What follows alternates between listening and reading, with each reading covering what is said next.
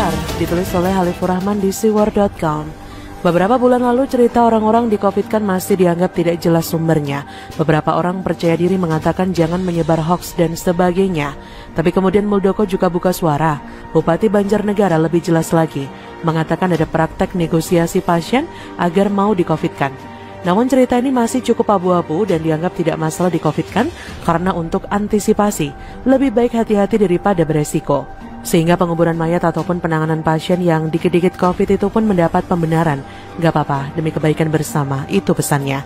Kalau ada orang bicara soal insentif nakes yang tinggi atau dana pemakaman yang cukup cair, sontak akan dinilai hoax atau tidak ada buktinya.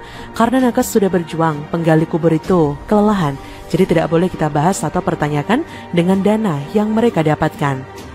Lalu bisa ditebak juga ujungnya, banyak komentar akan meminta kita diam daripada bicara hal yang gak jelas, lebih baik ikut bantu pemakaman dan relawan di rumah sakit, katanya. Tapi sekarang akhirnya terbongkar juga. Di Jember, bupati dan jajarannya mendapatkan dana pemakaman dari setiap mayat yang dikuburkan. Padahal para bupati dan jajarannya itu tidak ikut campur atau membantu pemakaman. Dari cerita ini satu aib terkonfirmasi bahwa benar ada biaya pemakaman dan banyak orang sedang mengcovidkan agar dana yang mereka dapatkan. Karena kalau meninggal biasa, gak ada dananya. Maka wajar kalau setiap kepala daerah berlomba-lomba memperbanyak jumlah orang meninggal karena COVID.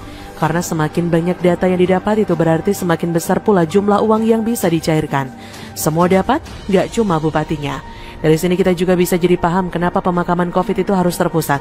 Ternyata mempermudah penghitungan. Tak heran juga bila Anies Baswedan suka sekali menghitung jumlah kuburan COVID. Karena setiap kuburan ada harganya. Tak heran juga kalau banyak pasien yang meninggal di COVID kan sebelum hasil tes keluar. Alasannya karena secara medis sudah menunjukkan gejala. Bahwa nantinya hasil tes PCR dinyatakan negatif, tapi tetap saja proses penguburan sudah dilakukan sesuai protokol COVID. Sudah terlanjur pakai APD, sudah terlanjur diberi peti, sudah terlanjur dimakamkan sesuai protokol.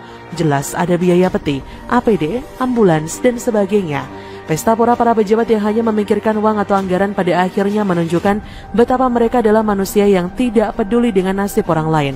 Mereka tutup mata dengan PPKM yang membuat banyak orang kehilangan pekerjaan, stres karena harus di rumah, dan sebagainya. Tak peduli, PPKM dilanjutkan terus-menerus karena mereka merasa nyaman dengan aneka subsidi dan anggaran yang bisa dimainkan. Saya pribadi setelah hampir 2 tahun melihat sikap para politisi dan pejabat kita, pada akhirnya saya hanya bisa berserah dan ikhlas. Saya sudah menunjukkan upaya atau usaha sesuai dengan kemampuan. Bahwa kemudian saya pernah salah langkah, pernah berpikir bisa berkontribusi secara nasional, tapi malah hanya membantu ambisi seseorang dalam mendapatkan cuan dan jabatan. Pada prinsipnya, niat saya benar. Semua yang kita lakukan akan menuai karma. Kita mungkin bisa menipu atau berpura-pura di hadapan sesama manusia. Pura-pura peduli dan berkali-kali bilang tidak butuh uang, tapi Tuhan Maha Tahu. Jadi kepada para pejabat yang masih kerap memanfaatkan dan memanipulasi data demi anggaran, tak memikirkan dampak sosial dan ekonominya, saya harap sudahilah. Setahun lebih anggaran mengalir begitu deras, apa masih kurang? Bukankah sudah banyak yang kalian dapatkan dan sudah terlalu lama masyarakat menjadi korban? Berhentilah bermain anggaran dan data COVID.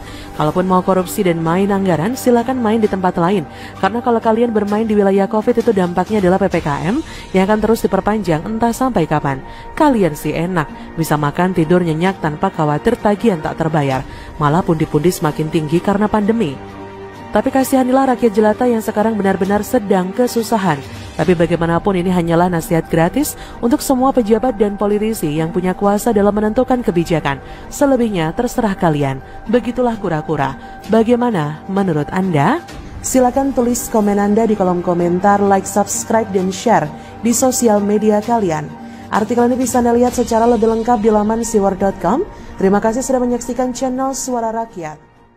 Langkah senyap Jokowi bikin Demokrat PKS bakal absen di Pilpres 2024, ditulis oleh Nina Nur di siwar.com. Pada masa kepemimpinan Presiden Jokowi ini kita menyaksikan maraknya penghinaan, fitnah, dan tuduhan tidak berdasar terhadap seorang presiden. Sebuah gerakan yang masif dari kadrun warga masyarakat hingga mereka yang menyebut dirinya mahasiswa, hingga para elit politik sendiri.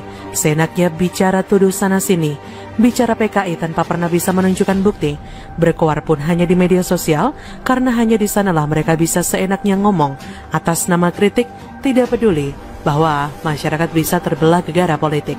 Kesatuan dan persatuan bangsa terpecah karena penerapan politik identitas yang masif, yang membedakan anak bangsa berdasarkan suku, agama, ras, dan pilihan politik. Mereka para pengacau negara ini memang kurang ajar. Demi kepentingan tertentu mereka melempar narasi dan isu yang diharapkan bisa menjatuhkan Presiden Jokowi. Tak peduli sekarang ini sedang dalam masa pandemi, tak peduli juga bahwa Presiden Jokowi dan jajarannya kerja keras siang malam agar negara ini tetap stabil, aman, dan rakyat bisa bertahan di masa tersulit saat ini. Tentu saja Presiden Jokowi tidak diam.